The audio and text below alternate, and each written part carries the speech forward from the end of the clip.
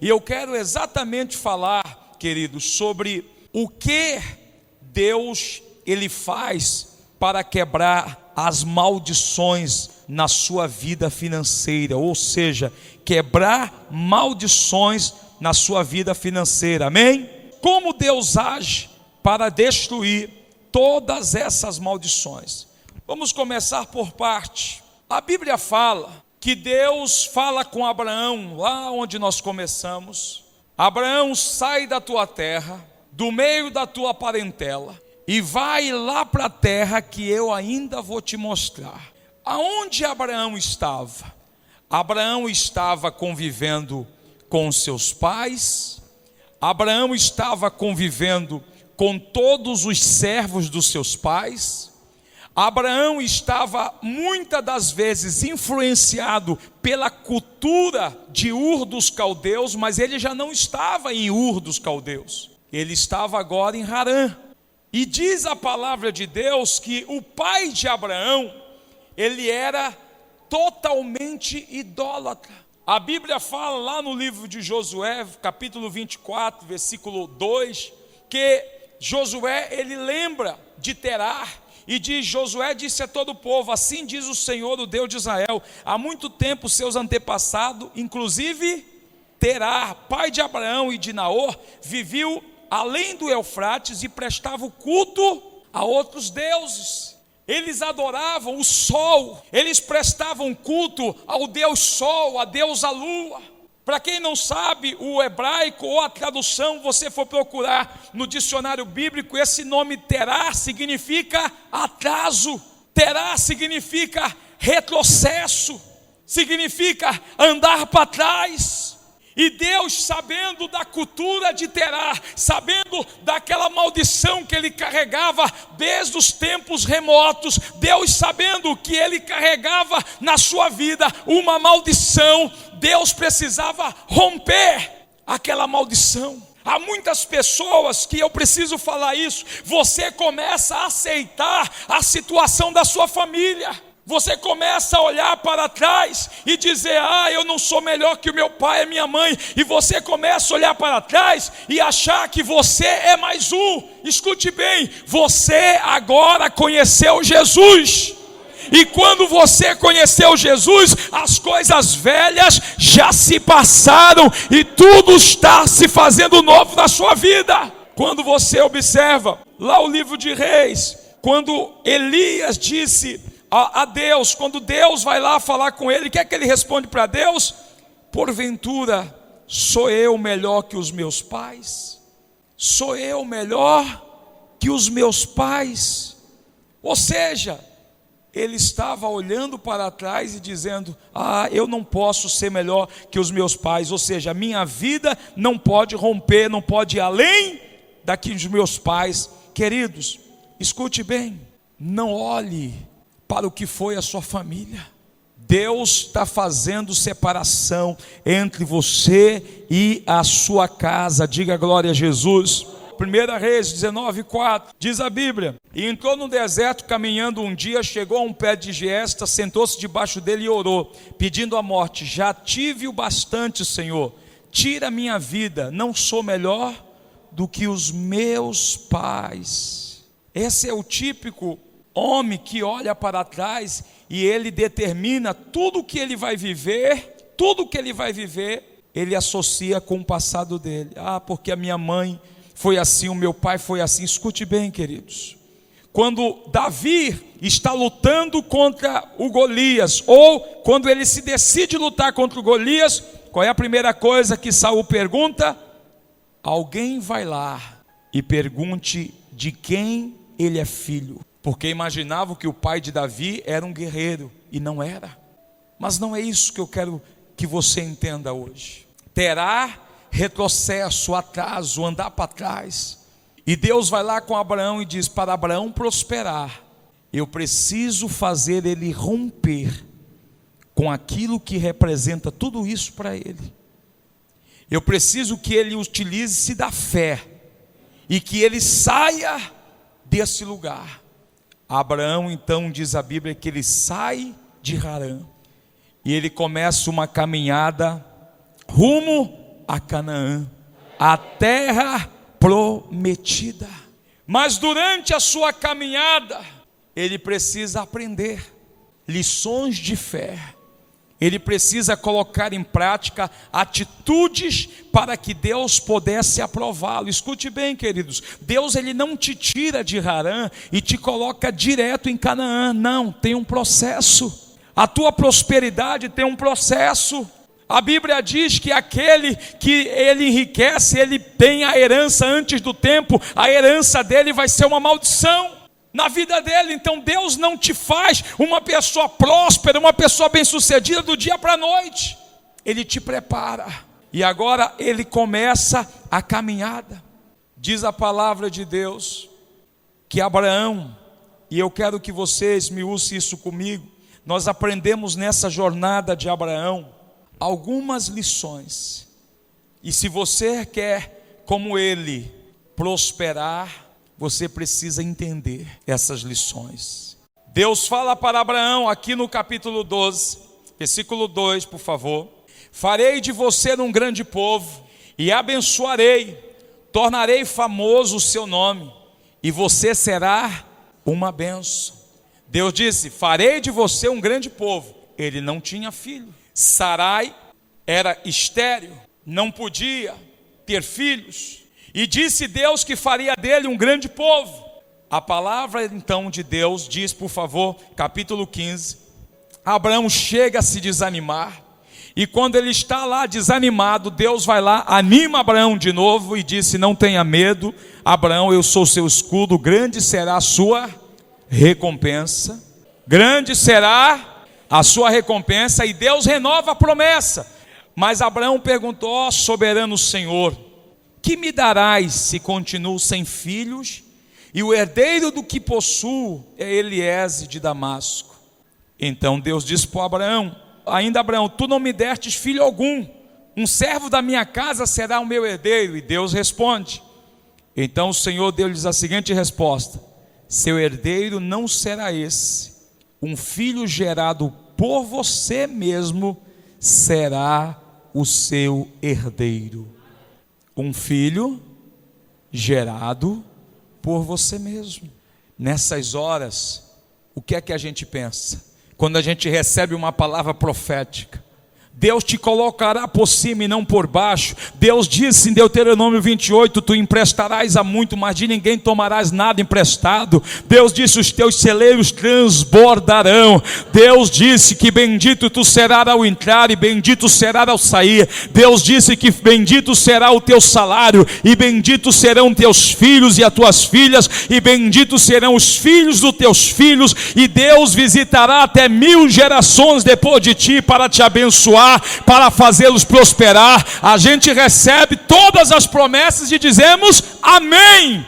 Eu recebo. Todas essas promessas estão contidas. E agora Deus faz uma promessa, renova, diz Abraão: você não deixará a tua herança para Eliezer, mas um filho nascido de você, gerado por você, é quem será o seu herdeiro. Aí Abraão, opa, o texto sagrado, aí mesmo em Gênesis 16, o que é que a gente observa depois dessa promessa?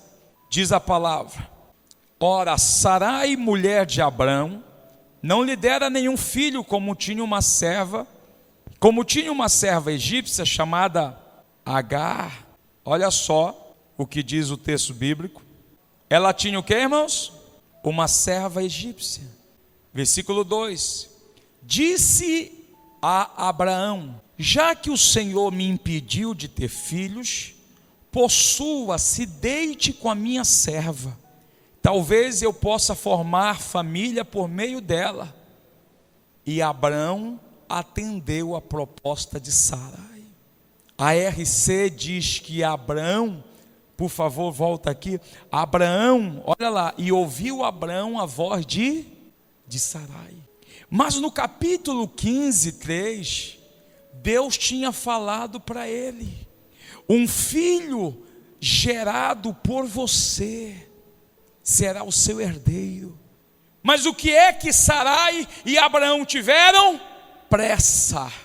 Porque nessas alturas, quando Deus chamou Abraão, ele tinha 75 anos. Quando chega esse momento, ele está com 85 anos. Quando Ismael nasce, ele está com 86 anos. Então Sarai, não olhando na perspectiva de Deus, ela apressa Abraão. E Abraão, ao invés de ouvir o que Deus disse, ele agora dá ouvido a Sarai. A palavra de Deus em Provérbios 20 e 21, eu já preguei inúmeras vezes sobre isso. Quando Deus nos trata para ter maturidade, Ele diz: a herança que se obtém a posse antecipada de uma herança no fim não será abençoada. Se você tem pressa de ter coisas, e se você mete o pé pelas mãos, se você utiliza da pressão dos que estão em volta, se você faz dívida sem precisar fazer, porque você está sendo movido pelo meio que você vive, queridos, você não vai romper, não vai prosperar. Deus não tem pressa. O que Deus tem para fazer na sua vida, Ele vai fazer, mas Ele vai fazer no tempo dEle, na hora dEle, no dia que Ele disse que vai fazer. A gente não cansa de ler o texto de Eclesiastes 8:6, porque para todo propósito há tempo, pois há uma hora certa e também uma maneira certa de agir para cada situação. O sofrimento de um homem, no entanto, pesa muito sobre ele. Se você agir fora do tempo, de maneira errada, diz a Bíblia que o seu sofrimento será grande. Ah, pastor, Abraão atendeu Sarai, ele teve pressa. Espera Deus agir. Se Deus disse que você vai prosperar, você não precisa enganar ninguém, você não precisa mentir para ninguém, você não precisa tirar nada de ninguém. Deus vai te prosperar com a bênção dEle, com a promessa dEle, vai te fazer bem feliz, abençoado com a promessa dEle. Mas diz a Bíblia que ela se precipitou, versículo 3, e o Tchonga deu ouvido para ela. Quando isso aconteceu, já fazia 10 anos que Abraão, seu marido, vivia em Canaã, ou seja, ele tinha 75, agora ele tem 85. Foi nessa ocasião que Sarai, sua mulher, entregou sua serva egípcia Agar a Abraão. Muito bem, Abraão antecipou o que Deus faria lá na frente. E porque ele antecipou o que Deus faria no tempo dele, de maneira certa, no tempo certo, correto, diz a palavra de Deus, versículo 8, que aquilo trouxe muito sofrimento para Agar e para ele. E perguntou-lhe o Senhor a Agar, serva de Sarai: de onde você vem? Para onde vai? Respondeu ela: estou fugindo de Sarai, a minha senhora. Escute bem, irmãos. Por causa de uma pessoa, por causa de Sarai, por causa de Abraão, agora o Abraão vai ver o filho dele, Ismael, gerado por uma escrava, Agar, com a mãe fugindo pelo deserto. E Deus tem culpa? Não. Queridos, quando a gente usa de pressa, quando você tenta prosperar pelos teus meios, a tua prosperidade vai te trazer mais sofrimento.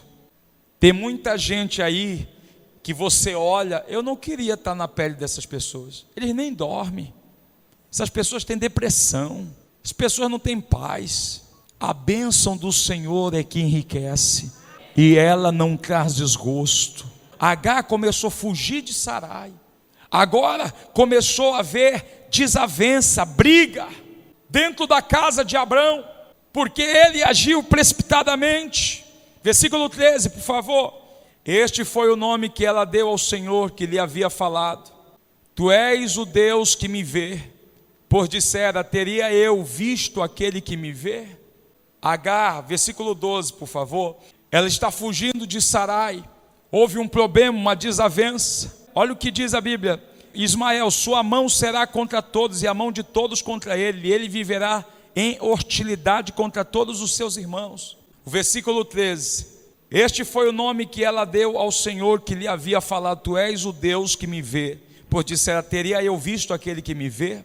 14: por isso o poço que fica entre Cádiz e Berebe foi chamado Beer-lahai, que quer dizer o Deus que me vê. Quem está entendendo? Deixa eu te dizer uma coisa. Por que Agar foi visitada pelo Senhor? Porque ela era escrava. Ela não tinha poder para dizer não, porque ela estava a serviço da sua senhora. Foi a sua senhora que obrigou ela a se deitar com Abrão. E Deus sabia que ela não carregava nas costas culpa, que a consequência sobre Ismael veio por causa de Abrão, veio por causa da atitude de Sarai. Por isso Deus vai lá e visita a Agar e diz para ela que ele também abençoaria Ismael, que Deus cuidaria dela, que Deus trataria dela em todo o caminho. E aí diz a palavra de Deus que Deus visitou Agar. Capítulo 21, versículo 19. Olha os problemas gerados por causa da pressa. Então Deus lhe abriu os olhos.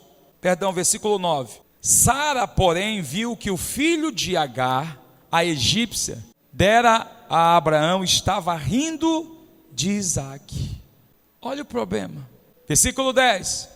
E disse a Abraão: livre-se daquela escrava e do seu filho, porque ele jamais será herdeiro com meu filho Isaque. Irmãos, a pressa, ao invés de nos beneficiar, traz guerra, traz problema. Espera em Deus. Espera em Deus. Ele sabe o tempo de agir. Ele sabe o tempo de fazer. O versículo, por favor, 11. Diz a Bíblia: e isso perturbou demais Abraão, pois envolvia um filho seu. A pressa, além de disseção, de briga, discórdia, contenda, hostilidade, traz o quê? Perturbação. Aquilo perturbou Abraão. Quantas pessoas Deus disse não faça isso, Deus disse não compra isso, e aquilo que você adquiriu às pressas te tornou um problema na tua vida. Quantas vezes Deus disse não entre nessa, não faça esse negócio, e você insistiu e fez o negócio, e aquilo se tornou um problema na tua vida. 12, diz a Bíblia: mas Deus lhe disse: não se perturbe por causa do menino e da escrava, atenda a tudo o que Sara lhe pedir, porque será por meio de Isaque que a sua descendência há de ser considerada. Deus teve compaixão de Agar, Deus teve compaixão agora de Ismael, mas a vida de Abraão e de Sara se tornou um inferno, porque ele, ao invés de ouvir a Deus, ouviu a Sarai e teve uma atitude apressada. Cuidado, irmão, não seja apressado. Bora comprar, o que é que tem? Deus proverá. Irmão, Deus proverá, mas você tem que estar com o pé no chão. Deus não perdoa pecado consciente.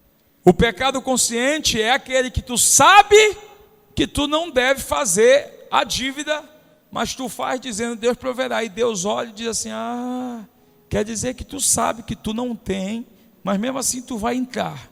Não se apresse. O que é seu está reservado para você no tempo certo, na hora certa. O primeiro ponto que eu destaquei aqui é: não tenha pressa. A segunda, por favor, Gênesis 22, versículo 12. Deus, Ele nos dá uma recompensa. Diga: a minha obediência tem uma recompensa. Deus disse para Abraão: agora Isaque nasce, o filho da promessa. E Deus manda Abraão levar Isaque até o Moriá. E ele leva Isaque até o Moriá. E chegando ao Moriá, quando ele levanta as mãos, Deus disse: não toque no rapaz, não lhe faça nada. Agora sei que você teme a Deus, porque não me negou seu filho, seu único. Versículo 18. A promessa depois da obediência: e por meio dela todos os povos da terra serão abençoados, porque todos os povos da terra serão abençoados, porque você me obedeceu. Queridos, a tua obediência tem uma recompensa, e essa recompensa não é só para você, essa recompensa é para os teus filhos, essa recompensa é para os filhos dos teus filhos. Essa recompensa, queridos, é para 1000 gerações depois de você. A tua obediência, ela tem uma recompensa. Deus disse: todos os povos da terra serão abençoados. Não é só você não. Provérbios 10:17, por favor. Quem acolhe a disciplina mostra o caminho da vida, mas quem ignora a repreensão desencaminha outros. A RA, por favor, ela diz: o caminho para a vida é de quem guarda o ensino, é de quem obedece. Mas o que abandona a repreensão anda errado, e vai andar errado sempre. Se você não pensa em você, pense que você é a raiz da tua descendência. Se você não pensa em você, pense nos seus filhos, que a geração deles, o fruto para a vida deles, depende da tua obediência agora. O Salmo 128, por favor, versículo 1 ao 4, diz a palavra de Deus: como é feliz quem teme ao Senhor e quem anda em seus caminhos. Agora escute, você comerá do fruto do seu trabalho e será feliz e próspero. Sua mulher será como uma videira frutífera em sua casa, seus filhos serão como brotos de oliveira ao redor da sua mesa. Assim será abençoado o homem que teme ao Senhor.